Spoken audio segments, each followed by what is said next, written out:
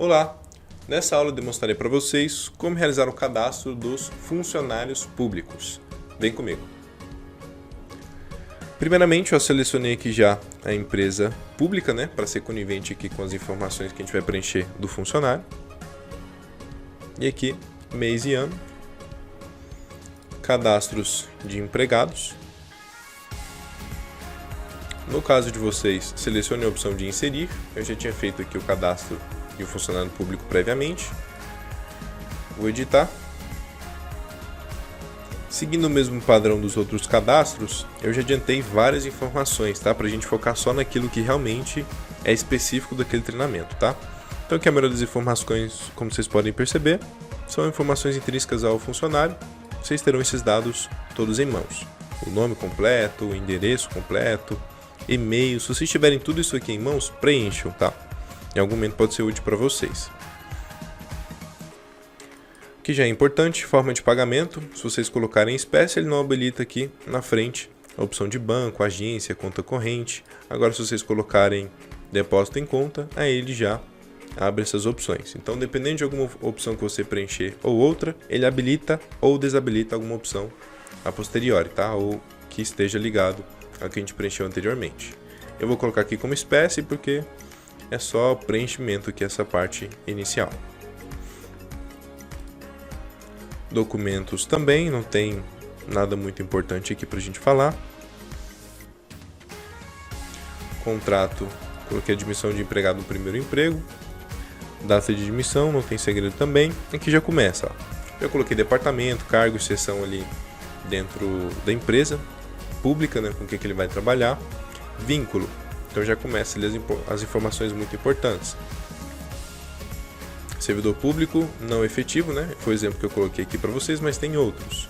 Servidor regido pelo regime jurídico único e outros aqui. Conforme vocês forem pesquisando também, digitando, pode ter que a opção correta, Esse vínculo a gente não fala exatamente qual deve ser preenchido, porque é algo muito específico de cada empresa. Então vocês podem verificar até com consultoria qual que é o vínculo correto do funcionário. Da mesma forma, essa categoria. Coloquei aqui a categoria. Seleciono aqui. Servidor público de cargo temporário, Ocupa cargo temporário. Que é justamente aqui para comunicar com o não efetivo. Tipo de movimentação. Essas aqui são as duas informações mais específicas que nós temos de servidor público.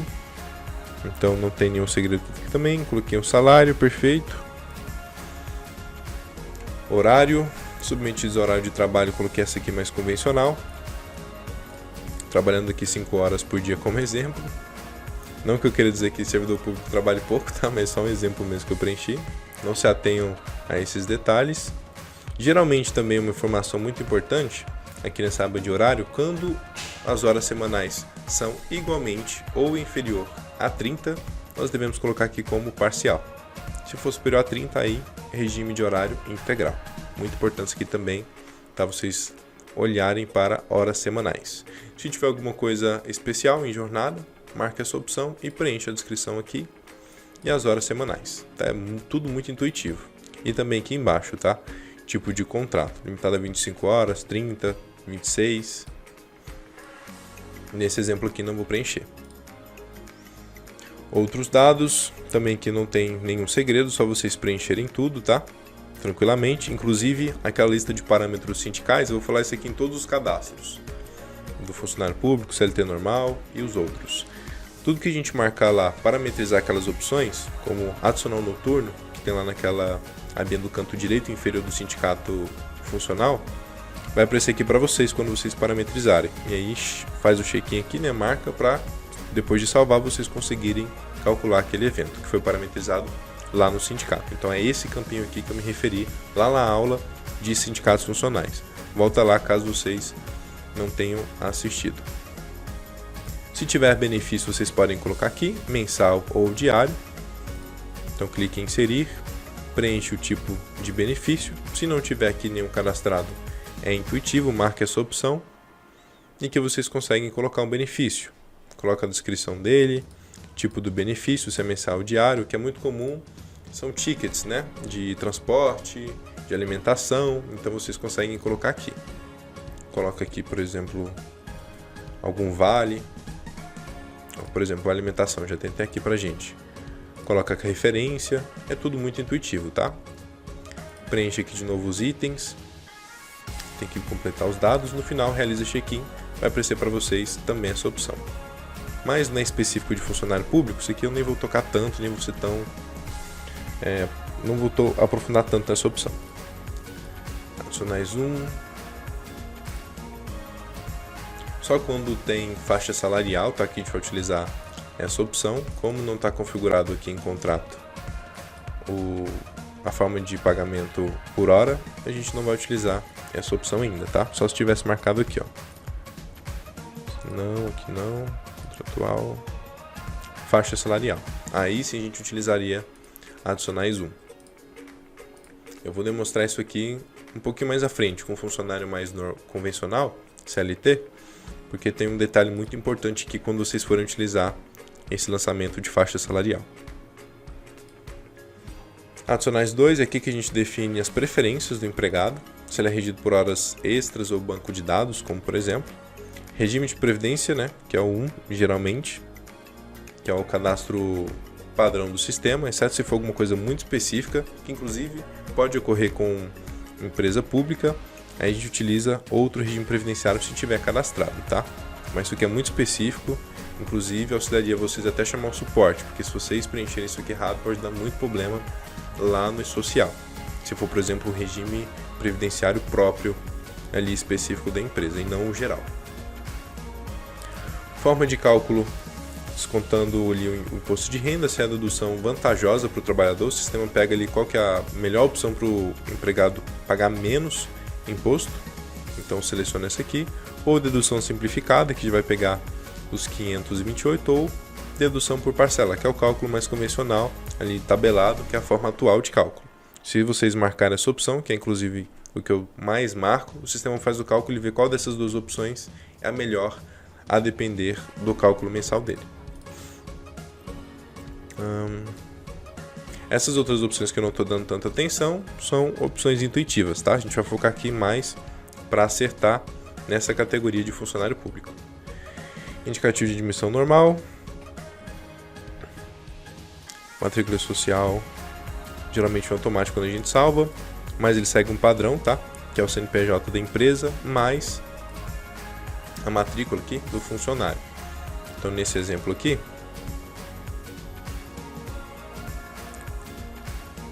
CNPJ da empresa e o 1 como matrícula do funcionário. Outra opção muito específica e importante, categoria social, a gente tem que colocar aqui que converse, né, com a categoria dele, que é justamente servidor público.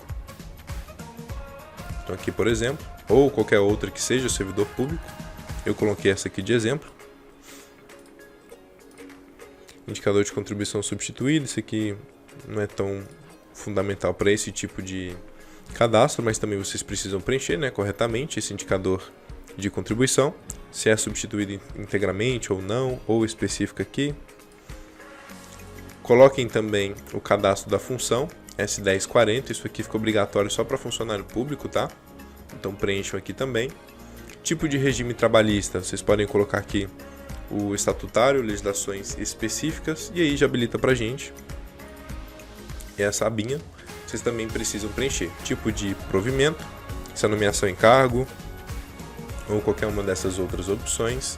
Vocês terão essas informações em mãos e preencher todos esses outros campos que são intuitivos. Informações adicionais, se há um prazo indeterminado, né, do contrato, ou determinado em dias, ou a ocorrência de algum fato. Não tem nada mais tão específico. Informações adicionais 2, aqui já tem, que é o controle de beneficiários, que também é específico para servidor público. Se tiver, clica aqui em inserir, e aí vocês conseguem preencher essas opções. Como eu já preenchi, eu só editei aqui para mostrar para vocês. Basicamente é só informar a data inicial, e se tiver alguma data final pode colocar, caso contrário só inicial, e salva sempre, tá?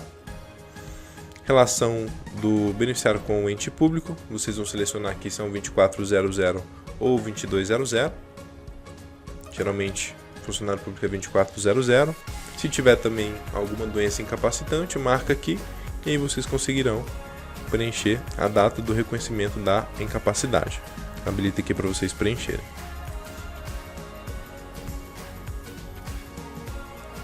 Estatutário a gente falou. Alteração e retificação é só quando a gente altera alguma coisa aqui. E é isso, pessoal. No final, sempre realiza check-in. Se tiver alguma informação faltando aqui que seja obrigatório, o sistema avisa. E geralmente já avisa vocês para preencher, já leva vocês para preencher. Não quero preencher, é só um exemplo. Só esperar salvar.